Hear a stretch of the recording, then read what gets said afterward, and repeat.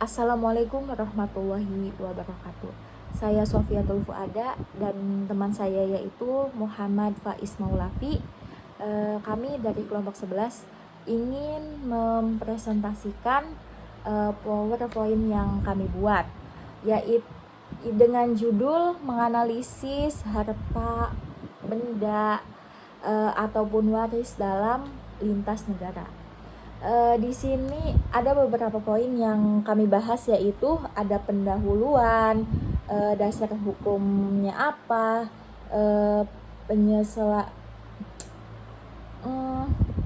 sama konflik yang akan dibahas dan penyelesaian konflik tersebut. Selanjutnya yaitu asas-asas. Asas-asas terbagi menjadi dua, yaitu asas lex recitae dan asas lex patriae. Selanjutnya saya akan mempresentasikan pendahuluan, yang dimana di era globalisasi ini banyak WNA atau WNI yang bekerja di luar negeri ataupun sebaliknya. Jadi hukum waris lintas negara merupakan cabang dari hukum perdata internasional yang mengatur pembagian harta, benda maupun yang lainnya. Baik dari permasalahan utama yang sering muncul adalah mengenai hukum yang dimana berlaku dalam pembagian warisan tersebut, apakah hukum negara asal pewaris atau tempat kediamannya atau benda yang ada di suatu negara tersebut. Yaitu contoh konflik dalam pewarisan lintas negara, yaitu seorang, kita panggil saja Pak Ahmad ya, seorang warga negara Indonesia yang sukses dan asetnya di mana-mana, meninggal pada tahun 2023, yang memiliki aset apartemen di Malaysia, rekening bank di Singapura, dan tanah-tanah di Jakarta. Pak Ahmad ini meninggalkan istri dan 2 anak yang tinggal di Indonesia dan di Australia. Namun keluarga Pak Ahmad ini menginginkan pembagian warisnya yaitu dengan cara hukum Islam, yang dimana munculnya antara perbedaan atau pendapat tentang aset-aset Pak Ahmad yang ada di luar negeri tersebut, yang seharusnya digunakan dalam pembagian warisan tersebut menggunakan hukum yang ada di suatu negara tersebut. Jadi adanya penyelesaian konflik. Yang pertama yaitu mengajukan penetapan hukum di Pengadilan Agama Indonesia untuk harta yang berada di Indonesia. Selanjutnya itu mengajukan permohonan pewarisan hukum ke pengadilan atau instansi negara tersebut, yaitu negara Malaysia maupun Singapura, atau menggunakan asas yang ada di poin selanjutnya, yaitu menggunakan asas lex recitae ataupun asas lex patriae yang akan dijelaskan oleh teman saya yaitu Faiz Maulafi. Baik, perkenalkan, nama saya Muhammad Faiz Maulafi. Lanjut ke pembahasan berikutnya, yaitu mengenai asas lex recitae dan asas lex patriae. Yang pertama adalah asas lex recitae, adalah prinsip hukum yang menetapkan bahwa hukum yang berlaku atas suatu benda adalah hukum dari tempat di mana benda itu berada, atau benda itu terletaknya ada di mana. Nah, asas ini biasanya berlaku untuk benda-benda yang tidak bergerak seperti tanah, bangunan, dan lain-lain. Prinsip ini sangat penting dalam hukum karena khususnya hukum perdata internasional ya. Karena prinsip ini itu bertujuan untuk menentukan hukum yang mengatur hak dan kewajiban terkait properti yang berada di luar negeri.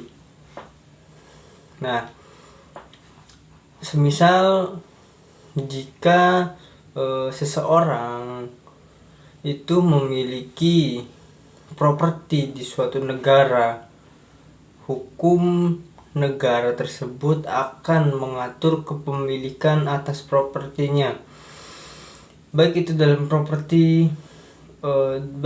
kepemilikannya ataupun penggunaan ataupun perlindungan atas properti itu.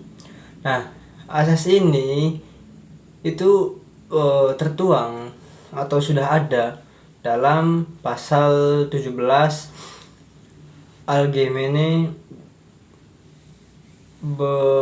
Bepalingen van Wetting atau AB yang menyatakan bahwa hukum yang berlaku untuk benda tetap atau benda yang tidak bergerak adalah hukum tempat benda tersebut berada. Nah, sementara itu asas yang kedua yaitu asas lex patriae, yaitu adalah asas atau prinsip hukum yang menetapkan bahwa hukum yang berlaku bagi seseorang adalah hukum negara kewarganegaraannya atau nationality law. Nah, asas ini biasanya itu digunakan untuk mengatur status orang, hak, dan kewajiban yang melekat pada individu berdasarkan kewarganegaraannya. Dalam konteks hukum perdata internasional, lex patriae menentukan lex causae yang mengatur status pribadi seseorang seperti hak keluarga, perkawinan, dan kewarganegaraannya. Saya akan memberikan contoh dari asas-asas di atas. Yang pertama adalah asas lex rei sitai. Contohnya itu apabila seseorang warga Indonesia memiliki sebidang tanah maupun bangunan properti yang lainnya di luar negara, kita contohkan di Prancis lah. Nah, jika terjadi pembelanjaan atau persoalan hukum terkait properti atau tanah tersebut, maka hukum yang diatur atau hukum yang digunakan untuk menyelesaikan masalah tersebut adalah hukum yang ada di negara tersebut. Contoh, kita punya tanah di Prancis. Nah, ketika tanah ini bermasalah ataupun kita ini mengatur hak atau yang berkaitan tentang tanah, itu kita memakai hukum dari Prancis karena tanah itu berada di Prancis. Meskipun pemiliknya ini adalah warga negara selain Prancis, dari Indonesia ataupun dari mana. Yang kedua, contoh dari asas Lex Patriae. Nah, Lex Patriae ini berbeda dengan asas Lex Raeesitae. Kalau asas ini Lex Patriae, saya contohkan ketika seseorang itu, contoh seorang warga negara Indonesia menikah atau mempunyai istri warga negara Jepang. Mungkin karena dia bekerja di sana ataupun karena ada hal yang lainnya, dia menikah dengan warga Jepang. Nah, status perkawinan dan anak-anak keluarga mereka itu akan diatur oleh hukum Indonesia sebagai Lex Patriae bagi individu warga negara Indonesia tersebut. Sedangkan bagi pasangan Jepang akan diatur oleh hukum negaranya, yaitu hukum Jepang. Misalnya, jika ada persoalan mengenai hak waris ataupun perceraian, maka hukum yang dilaksanakan itu berdasarkan kewarganegaraan masing-masing.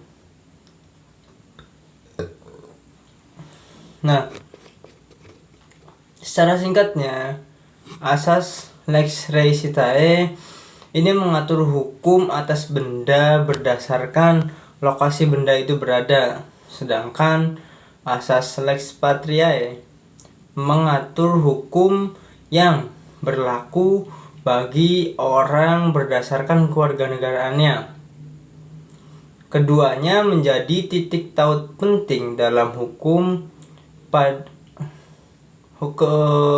keduanya ini menjadi hal yang penting dalam hukum perdata internasional untuk menentukan hukum yang berlaku dalam kasus yang melibatkan unsur internasional seperti kepemilikan properti luar negeri atau status pribadi lintas negara. Nah, sekian materi yang dapat kami sampaikan, kurang lebihnya itu mohon maaf. Wassalamualaikum warahmatullahi wabarakatuh.